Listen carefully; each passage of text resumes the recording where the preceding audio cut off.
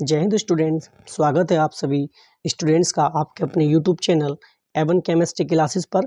Dear students, आज हम लोग चर्चा करेंगे रसायन विज्ञान का जो एग्ज़ाम है आप लोगों का 4 मार्च को होने वाला पेपर है, उसमें आप लोगों को किस प्रकार से अपने पेपर को सोल्व करना है, किस प्रकार से प्रश्नों का उत्तर देना है और किस प्रकार से आप लोगों को जहाँ जहाँ उसने आपसे रिएक्शन पूछी हैं वो रिएक्शन करना है और आप लोगों को किस प्रकार से आपकी अपनी कॉपी में प्रश्नों को लिख कर आना ताकि आप लोगों को मैक्सिमम मार्क्स यानी अधिक से अधिक अंक आप लोगों को प्राप्त हो। आज इसी बारे में हम लोग बेटा चर्चा करेंगे। देखिएगा बेटा, ये तो आप सब जानते हैं कि समय 3 घंटे 15 मिनट मिलता है, पूर्णांक 70 नंबर का होता है। इसमें कुछ इंपॉर्टेंट पॉइंट्स दे रखे हैं बेटा। देखिए कि इसमें दे रखा है कि गणनात्मक प्रश्नों में गणना के समस्त पद दीजिए। इसका मतलब यह है कि जो केमिस्ट्री में या फिजिक्स में ऐसा होता है कि वो आप लोगों को प्रश्न देगा और प्रश्न में आपसे परिभाषा भी पूछेगा, प्लस साथ में कोई ना कोई वो आंकिक प्रश्न भी जोड़ देता है।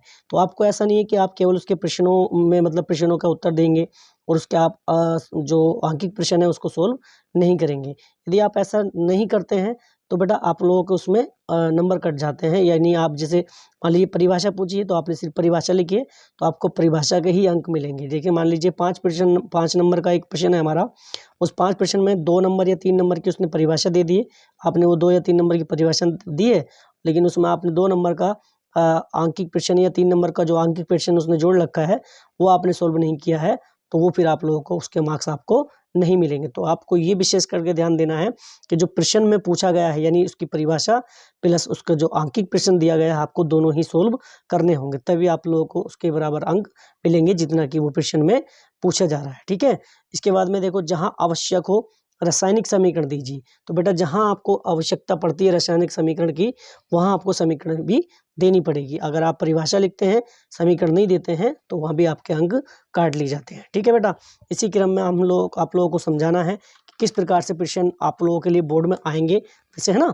इसी तरीके से देखते हैं बेटा। देखिए जैसे इसमें पहला क्वेश्चन आया था, इसमें पहले प्रश्न में आप जानते हैं कि पहला प्रश्न होता है कि प्रत्येक खंड में 4 विकल्प दिए गए हैं, सही विकल्प चुनकर उसे अपनी उत्तर पुस्तिका में लिखिए। यानी जो पहला प्रश्न वो आप लोगों को लिए आएगा बोर्ड में, जो देखने के लिए मिलता है, उसमें ये पूछा जाता है कि बेटा 4 विकल्प दिए जाते हैं और एक प्रश्न होता है, उसमें से सही विकल्प को चुनकर आपको अपनी उत्तर पुस्तिका में लिखना है। जैसे कि इसमें दे रखा है सोडियम क्लोराइड क्रिस्टल की संरचना है, यानी काय केंद्रित घन यानी BCC, फलक केंद्रित घन FCC, ऑर्थोरंबिक या फिर चतुष्कोणीय यानी टेट्राहाइड्रल। ठीक है।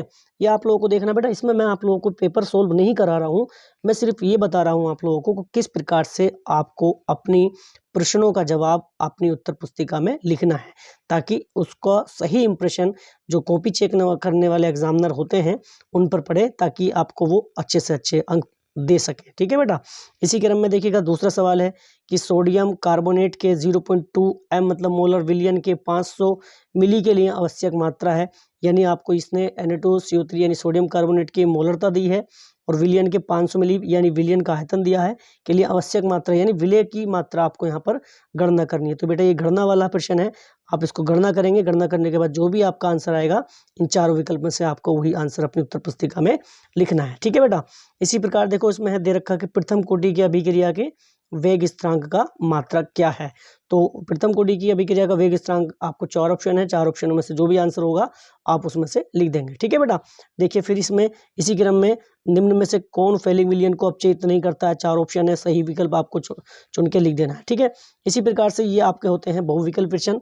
इसी क्रम में बेटा आगे जब आप चलोगे तो देखिएगा दूसरे प्रश्न में इसने पूछा है कि एक आयनिक ठोस के फलक घनीय इकाई सेल के कोर की लंबाई 508 pm है। यदि धनायन की त्रिज्या 110 pm हो तो ऋणायन की त्रिज्या ज्ञात कीजिए। बेटा देखिएगा ये जो पहला रसायन विज्ञान में जो पहला पार्ट है सॉलिड स्टेट यानी ठोस अवस्था, उस पार्ट में से ये प्रश्न आपको दिया गया है बेटा। 2 नंबर का सवाल आपसे इसमें पूछा है। तो देखिए क्या करना है, आपको न्यूमेरिकल वाले जो भी प्रश्न सोल्व करने हैं आप इस बात पे विशेष करके ध्यान दें। आप सबसे पहले उसमें देखेंगे कि प्रश्न में आपको क्या क्या वैल्यू दे रखी है। तो जैसे कि यहाँ पर आप इसको सोल्व करेंगे तो सबसे पहले हल लिखेंगे। हल लिखने के बाद में आप लिखेंगे दिया है, जो आपको दिया जाएगा प्रश्न में। जैसे कि इसमें दिया है कोर की लंबाई, तो कोर की लंबाई और कोर की लंबाई को हम रिप्रेजेंट करते हैं ए से, ब्रैकेट में लिखेंगे ए बराबर 508 pm, जैसे कि मैंने दिखा रखा है यहाँ पर 508 pm। इसके बाद में आपको दे रखा है धनायन की त्रिज्या, तो धनायन की त्रिज्या को हम लिख सकते हैं धनायन की त्रिज्या और ब्रैकेट में लिख देना आर पॉजिटिव। तो आर पॉजिटिव बराबर दे रखा है 110 पिकोमीटर यानी पीएम। फिर पूछा है तो ऋणायन की त्रिज्या ज्ञात कीजिए, तो फिर लिखेंगे हम ऋणायन की त्रिज्या यानी आर नेगेटिव बराबर क्वेश्चन मार्क। ठीक है, तो इस प्रकार से आप हल करेंगे प्रश्नों को, जमा करेंगे, उसके बाद में फॉर्मूला लगाएंगे। आप लिखेंगे A equal to 2 R positive plus R negative से, इस फॉर्मूले से लिखेंगे। जिसकी वैल्यू आपको दी गई है वो आप वैल्यू लगाएंगे, जैसे कि ए की वैल्यू 508 पीएम दे रखी है, ए की वैल्यू लगा देंगे 2, आर पॉजिटिव की वैल्यू जो दी है वो लगाएंगे और आर नेगेटिव हम लोगों को निकालना है। बेटा इस सवाल में आर नेगेटिव निकालना था, इसलिए मैंने आर नेगेटिव के लिए ऊपर बता रहा हूँ। आपको वो जो सवाल देगा उसी सवाल में वो पूछेगा कि आपको क्या निकालना है। ठीक है, तो वो डिपेंड करता है कि प्रश्न में क्या चीज़ पूछी गई है। चलिए फिलहाल देखेंगे 508 लिख देंगे इस तरीके से, 2 के अंदर गुणा खोलेंगे बेटा तो 110 की जब 2 से मल्टीप्लाई करेंगे तो 220 और जब 8 से गुणा करेंगे 2 की तो ये हो जाएगा 2 आर नेगेटिव 508 या और माइनस 220 हो जाएगा इधर और इधर हो जाएगा हमारा 2 आर। तो 508 में से जब 220 माइनस करेंगे यानी घटाएंगे तो ये आ जाएगा 288 और बराबर में है 2 आर और आर रोक लेंगे, 2 पहुँच जाएगा बेटा बटे में और जब 2 से हम भाग करेंगे 288 यानी 288 में तो बेटा ये कट जाएगा 144। आज का आंसर आ जाएगा आर नेगेटिव बराबर 144 पिकोमीटर। और जो आपकी वैल्यू आएगी बेटा इस बात का विशेष कर ध्यान दें, उस वैल्यू को आप क्या करेंगे बॉक्स में बंद कर देंगे और नीचे लिख देंगे उत्तर। न्यूमेरिकल प्रश्न जो भी होते हैं आंकिक प्रश्न उसमें कभी भी आप सोल्व करते जहाँ हैं वहाँ पर उत्तर ना लिखें, वहाँ पर लिखें सोल्व इंग्लिश में या फिर हिंदी में हल लिखें, उसके बाद उसका ब्रैकेट में आंसर आने के बाद में आप लिखेंगे उत्तर। ठीक है बेटा, तो इस प्रकार से आप लोगों को आंकिक प्रश्नों को सोल्व करना है। इसी क्रम में देखिएगा बेटा दूसरा भी प्रश्न हम लोगों को दे रखा है 9 ग्राम ग्लूकोज को, ये हमारे रसायन विज्ञान के जो चैप्टर नंबर 2 आता है विलयन यानी सॉल्यूशन वाले लेसन से दिया गया है। और बेटा एक बात बहुत इंपॉर्टेंट आप लोगों को ध्यान देना है कि रसायन विज्ञान में जो आपको मैंने अणुसंख्यक गुणधर्म पढ़ाए थे, अणुसंख्यक गुणधर्म में से जो क्वथनांक में उन्नयन होता है, क्वथनांक में उन्नयन को आप 100% करके जाएं, आपको इस बार भी हो सकता है कि आप लोगों को क्वथनांक में उन्नयन से ही न्यूमेरिकल देखने के लिए मिली। ठीक है बेटा, तो ये भी क्वथनांक में उन्नयन से सवाल था। इसमें क्या है कि 9 ग्राम ग्लूकोज को 500 ग्राम जल में घोला गया, यानी 9 ग्राम ग्लूकोज को घोला गया, 9 ग्राम ग्लूकोज विलय हो गया, 500 ग्राम जल में घोला विलायक हो गया 1.013 बार दाब पर विलयन का क्वथनांक ज्ञात कीजिए। जल के लिए के बी बराबर दे रखा 0.52 केल्विन किलोग्राम मोल इनवर्स।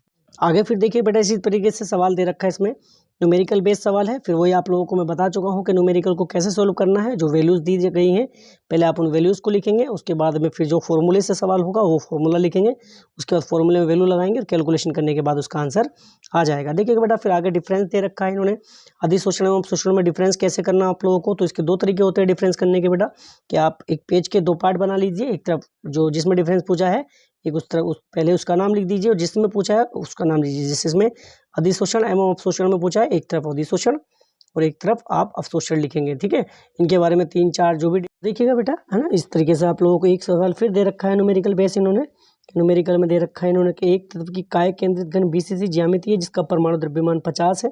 तो वही आपको तरीका आजमाना है बेटा कि दिया है आप लोगों को, जो दिया है वैल्यू लगानी है। जैसे कि परमाणु भार m बराबर 50 है, कोर की लंबाई 290 पिकोमीटर, कोर की लंबाई a बराबर 290 पिकोमीटर, चेंज करेंगे आप इसको सेंटीमीटर में और आप लिखेंगे यहाँ पर, क्योंकि ज्यामिति इन्होंने ओपन करी है बीसीसी, तो यहाँ से हम लोगों को पता चल जाएगा कि इसमें कितने परमाणु का योगदान होता है। यानी जेड की वैल्यू 2 हो गई और हमसे पूछा एक सेल के घनत्व के गणना कीजिए, तो डी बराबर हमने क्या लगा दिया क्वेश्चन मार्क। फाइनली आप लोगों को फॉर्मूला लगाना है डी इजिकल टू जेड गुणा एम अपॉन ए क्यूब गुणा एन ए से। फिर वापस से आपको इसकी वैल्यू जो दे रखी है वो पुट करनी है और कैलकुलेशन करके आपको फाइनली आंसर आ जाएगा। ठीक है, और फाइनली आंसर को आप बॉक्स में बंद करेंगे और लिखेंगे उसको आंसर, या फिर आप हिंदी में उत्तर लिख सकते हैं। ये 1-1 नंबर के प्रश्न है बेटा कि रंगीन क्यों होते हैं, हेलोजन रंगीन क्यों होते हैं, हेलोजन हेडिंग बनाएंगे। उत्कृष्ट गैसों में जिन्होंने परमाणु के सबसे अधिक यौगिक ज्ञात क्यों हैं, तो आप इसका जवाब हमेशा क्यों का जवाब हमेशा क्योंकि से ही दे। फिर आईयूपीएसी है ग्लूकोज तथा फ्रक्टोज में अंतर समझाना है, वही आप लोगों को तरीका है, एक साइड ग्लूकोज एक तरफ फ्रक्टोज, या फिर ग्लूकोज हेडिंग बना करके 2-3 बातें ग्लूकोज के बारे में और 2-3 बातें आप फ्रक्टोज के बारे में लिख सकते हैं। देखिएगा बेटा इसके बाद में आप लोगों को दे रखा है यहाँ पे इन्होंने कोलराउस का नियम क्या है, कोलराउस का नियम के उपयोग लिखने हैं। तो आप लोगों को कोलराउस का नियम हेडिंग बनाना है पहले कि कोलराउस का नियम, उसके बाद इसकी डेफिनेशन लिखनी है, उसके बाद हेडिंग बनाना उपयोग, और उपयोग लिख देंगे। इसके जितने भी उपयोग आपसे पूछे गए हैं आप 2 या 3 उपयोग इसमें लिख सकते हैं, आपको 3 नंबर पूरे मिल जाएंगे। देखिए निम्नलिखित पर संक्षिप्त टिप्पणी लिखिए। तो निम्नलिखित पर संक्षिप्त टिप्पणी हॉल्डी-शुल्ज़ नियम। तो आप पहले हेडिंग बनाएंगे हॉल्डी-शुल्ज़ नियम बड़े बड़े अक्षरों से, यानी बड़े जो मोटा स्केच पेन होता है या स्केच वगैरह से हॉल्डी-शुल्ज़ नियम। उसके बाद में लिखेंगे वैद्युत संचलन। मेथिलेमीन अमोनिया से अधिक क्षारीय क्यों होती है समझाइए, ये आपको समझाना है ना। मेथिलेमीन अमोनिया से अधिक क्षारीय होती है क्योंकि, है ना, क्योंकि से इसका जवाब लिखेंगे। क्योंकि मेथिलेमीन पर जो प्लस आई समूह होता है CH3, वो जो एकाकी इलेक्ट्रॉन युग्म होता है N पे, उसको दान कराने के लिए क्या करता है, प्रेरित करता है। इसलिए एमेथिलेमीन जो होता है वो आसानी से अपने एकाकी इलेक्ट्रॉन को दान कर सकता है, और जो एकाकी इलेक्ट्रॉन को दान करता है उसको हम लुईस क्षार बोलते हैं, या क्षारीय प्रकृति का उसको कहते हैं। अमोनिया में भी NH पे होता है, तो अमोनिया पे N पे जो HH होते हैं ना, ये प्लस आई इफेक्ट दिखाते हैं और नहीं माइनस आई इफेक्ट दिखाते हैं। तो ये कोई प्रेरित नहीं करते N के एकाकी इलेक्ट्रॉन को दान कराने के लिए। परंतु मेथिलेमीन में CH3 जो आई इफेक्ट आई समूह आई प्रभाव दिखाता है, वो उसको प्रेरित करता है नाइट्रोजन के एकाकी इलेक्ट्रॉन को दान कराने के लिए। इसलिए मेथिलेमीन अमोनिया से बेटा अधिक क्षारीय होती है। समीकरण दे रखी है, पूर्ण कीजिए। फिर उसके बाद में फ्रुक्टोज का संरचना सूत्र लिखिए। हेडिंग बनाएंगे फ्रुक्टोज का संरचना सूत्र, इसको संरचना सूत्र लिखेंगे। समीकरण पूछिए आप, उसके बाद में इसको समीकरण लिख देंगे। ठीक है, 5 नंबर का क्वेश्चन है बेटा, देखिएगा कि आणविक उन्नयन स्थिरांक तथा मोलर उन्नयन स्थिरांक में अंतर समझाइए। तो इनमें पहले आप लोग अंतर समझाने का वही तरीका है बेटा, आप लोग या तो आणविक उन्नयन स्थिरांक हेडिंग बना लें, या फिर मोलर उन्नयन स्थिरांक में दोनों साइड को पेज के 2 भाग बना लेंगे, और एक साइड आणविक उन्नयन स्थिरांक और एक तरफ मोलर उन्नयन स्थिरांक आप लिखेंगे। ठीक है, आप फिर इधर का इन स्थिरांकों का प्रयोग करते हुए विलेय का आणविक द्रव्यमान ज्ञात करने के लिए 2 अलग अलग सूत्र लिखिए, है ना बेटा। इसके सूत्र लिखने हैं, 5 नंबर का प्रश्न है, ध्यान से आपको सवाल करना है। ठीक है, फिर देखिएगा बेटा प्रथम कोटि की अभिक्रिया का समीकरण लिखिए। जैसे कि मैंने आप लोगों को बताया था वीडियो के शुरू में कि अभिक्रिया, आप लोगों को अभिक्रिया या फिर जो न्यूमेरिकल जोड़ के सवाल आएगा तो आपको दोनों ही पद लिखने हैं। ऐसा नहीं है कि आप एक लिखेंगे छोड़ देंगे फिर आपके अंक उसमें कट जाएंगे। प्रथम कोटि की अभिक्रिया का समीकरण लिखिए, तो आप समीकरण लिखेंगे, उसमें सन्निहित पदों को समझाइए, यानी क्या क्या पद होते हैं। जैसे मान लीजिए T है तो T को हम समय बोलते हैं, K है तो उसको हम वेग स्थिरांक कहेंगे, A है तो उसको पदार्थ की प्रारंभिक मात्रा कहेंगे, A-X शेष मात्रा, X मात्रा जो होती है वो अभिकृत मात्रा। इस प्रकार से उसके पदों को आपको क्या करना है, समझाना है। ठीक है, फिर आगे दे रखा कि एक प्रथम कोटि की अभिक्रिया की अर्धायु T½ 693 दे दी, सेकंड है, और वेग स्थिरांक K की वैल्यू इसमें आप लोगों को निकालनी है। ठीक है, देखिए बेटा इसी प्रकार से आगे यहाँ पर हम लोगों के कुछ सूत्र दे रखे हैं कि इनके सूत्र लिखना है।